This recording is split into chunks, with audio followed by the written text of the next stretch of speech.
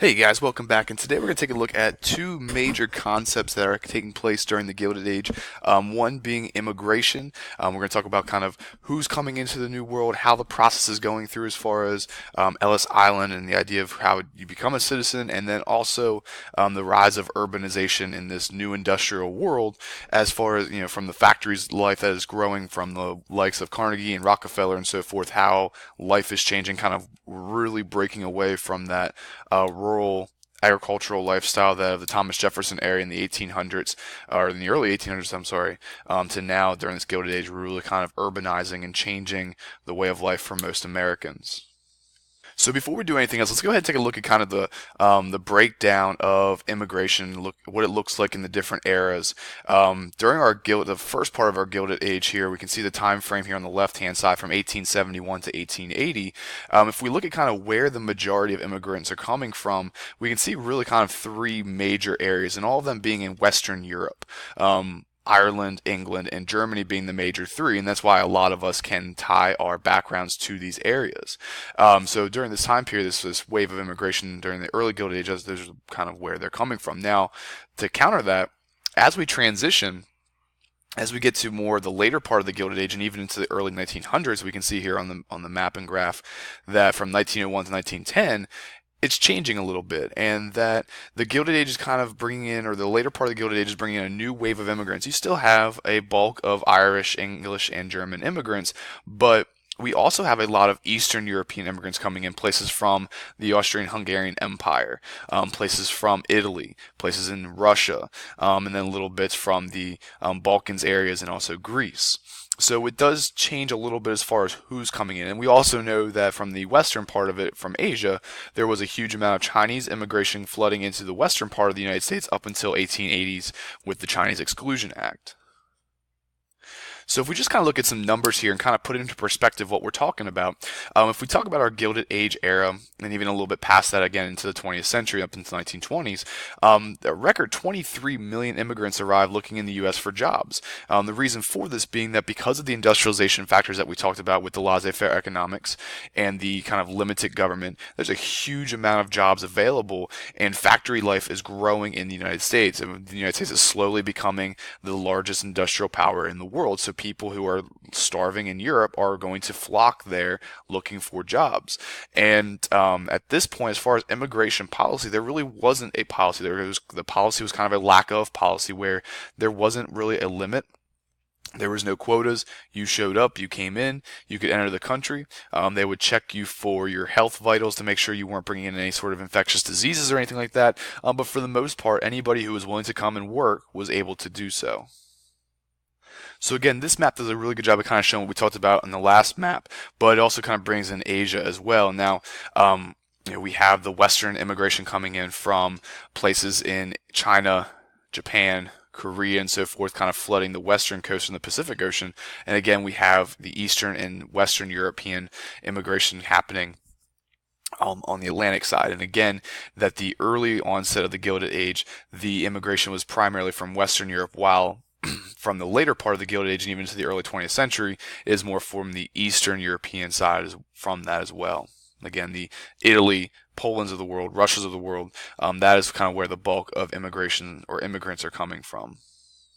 And if we wanted to categorize these immigrants, and this is not to say all immigrants, but a large majority of them were typically young males, either no families or they just started having a young, they have a young family and they're looking for a better way of life. They're looking to support their family. So oftentimes, the male would come over and the family would stay behind, and then they would send money back to support the family back home. Um, because of where they're coming from, places like Italy, places like Russia, or in the Balkans areas, you typically have either Jewish or Catholic immigrants coming over, which is different. It's not so much the WASP, what we think of as kind of the white Anglo-Saxon Protestants from British and Ireland. Many of them speak little or no English. So when they come over, they're going to have a huge amount of difficulties trying to assimilate into the culture. And a lot of times with this, they even create their own little cultures, and we think of that in like places like New York, where you might have like little towns or little communities set up like Little Italy or Little Russia, or Chinatown, and these places where they kind of have a set ethnicity group that kind of sticks together. A lot of these people who are coming over too are very unskilled workers. They're the impoverished. They're the lower class people of Europe or of Asia, where really all they had was hand laborious jobs. So all they really had was to work the fields, as that was the bulk of their skills. And we talked about that already as being kind of the basis for those in the South, the newly freedmen. That's the former slaves who became basically sharecroppers because that's all they knew. That's all the skills that they had. So we see the same kind of thing happening for those coming over from Europe and Asia.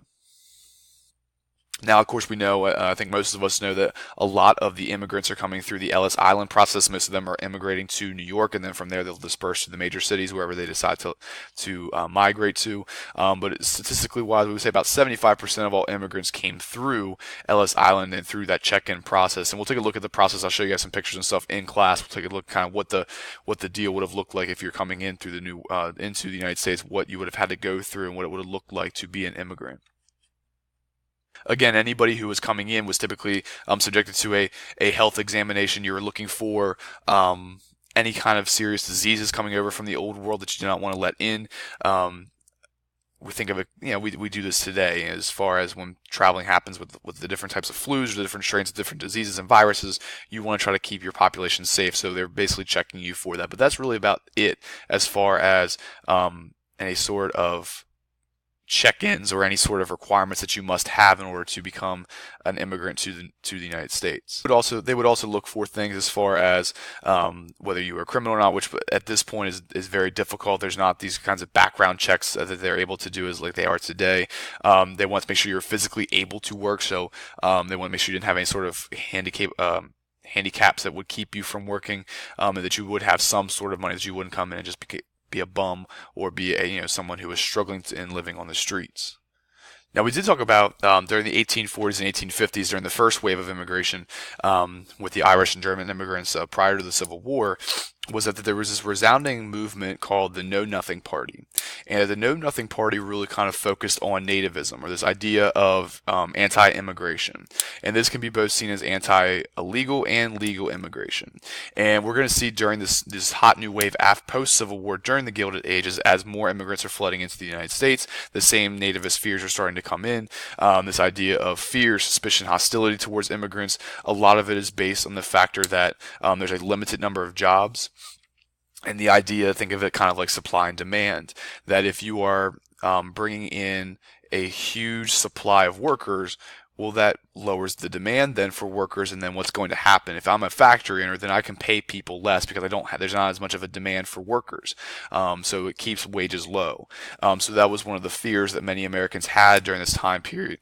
They wanted to kind of keep jobs for what they consider quote unquote real Americans, people who were born natural citizens, not immigrants who were coming over, who were low labor workers. At times then too, same thing we talked about with the Know Nothing Party. Some of these had cultural resentments as well, for those that were not either Protestants or what we would consider English speakers. These WASPs, kind of like, again, the Germans or the Irish or the English.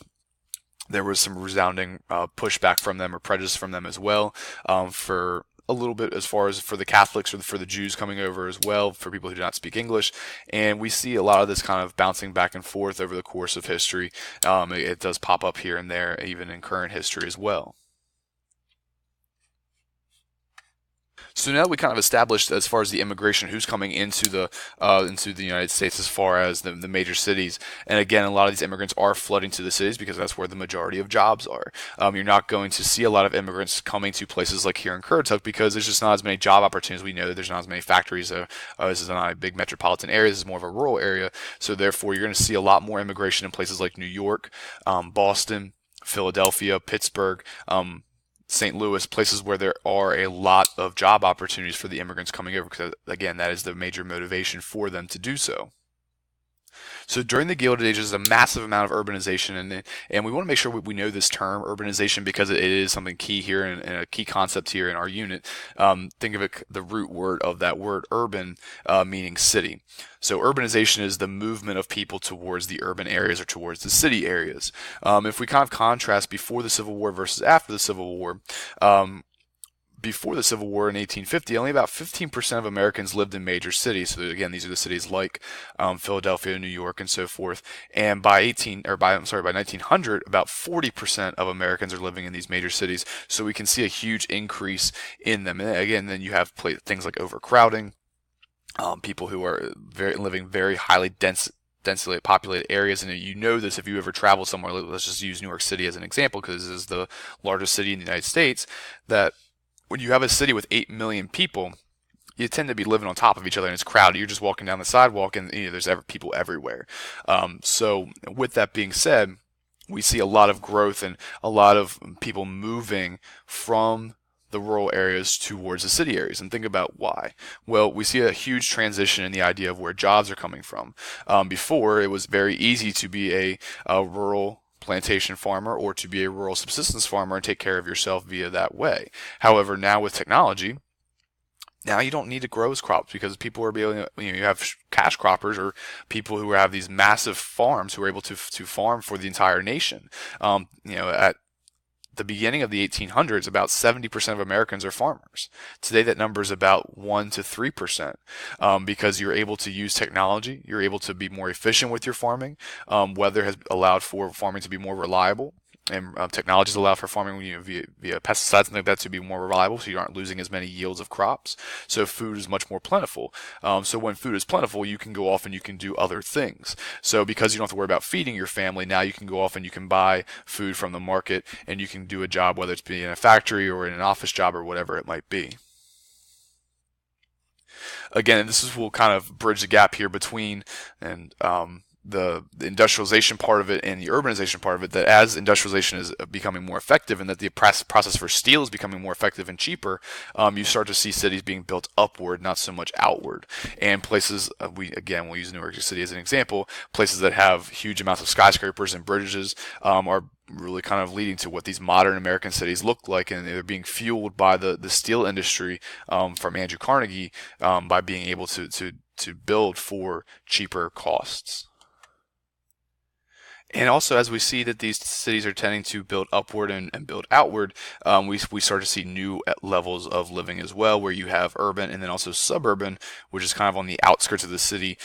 So you might say like places like in Chesapeake or even parts of Milwaukee might be more suburban area like than outside the major city than a true rural area. And also, as cities are growing larger and larger, people are, again, we'll use New York City as an example, that you have people kind of living in walking distance from places, but also new technologies are being used for transportation. We start to see trolleys, rail lines, subways are being created to kind of get people from place to place. So cars are not as major of an issue. You can see here in the pictures, you can see the different rail lines. We obviously know the subways that are underground, and then also the trolley lines, which will be replaced by like a busing or taxi system as well, eventually as we get into the 20th century. And as people are moving towards the cities, obviously we know that it's very crammed. And if you're coming over, especially for immigrants or people who are leaving these rural areas who are impoverished, you don't have a lot of money for housing.